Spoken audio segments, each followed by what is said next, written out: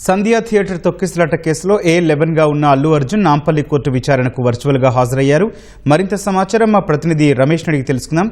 Ramesh, Allu Arjun virtual విచారణకు సంబంధించిన వివరాలేంటి?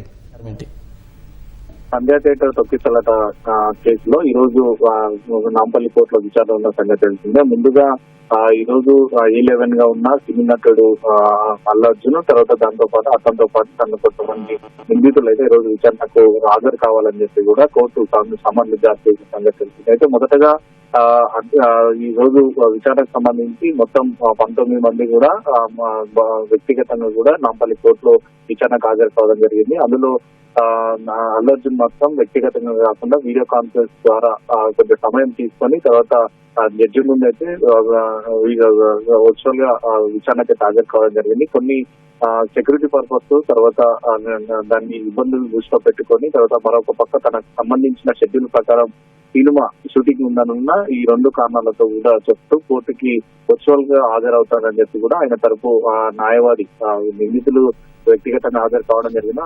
ఆ సమయంలోనే కోర్టును రిక్వెస్ట్ చేయడం జరిగింది. అనంతరం కోర్టు వాయిదా వేసి తర్వాత జూలై 6వ తేదీన వరకు అయితే వాయిదా వేయడం జరిగింది. అనంతరం కొద్ది సమయం తీసుకొని నేరుగా జడ్జి ముందు అయితే వర్చువల్ గా వీడియో కాన్ఫరెన్స్ ద్వారా కూడా విచారణకు హాజరు కావడం జరిగింది. తొక్కిసలాట్లో మొత్తం అందరూ కూడా వ్యక్తిగతంగా విచారణకు హాజరైన తర్వాత దీనికి సంబంధించిన ఈ కేసుకు సంబంధించిన ట్రయల్ రన్ నిర్వహించేందుకైతే ఇప్పటికే అధికారులు ఇటు పోలీస్ అధికారులు చికట్పల్లి పోలీసులకు సంబంధించి కేసు నమోదు చేసుకున్న తర్వాత దీని నుంచి ఆధారాలు తర్వాత కొన్ని ఎవిడెన్స్ తో పాటు మొత్తం ఛార్జ్ షీట్ అయితే దాఖలు చేయడం జరిగింది. దీన్ని ట్రయల్ రన్ నిర్వహించే సమయంలో అందరూ కూడా వ్యక్తిగతంగా హాజరై తర్వాత వారికి సంబంధించి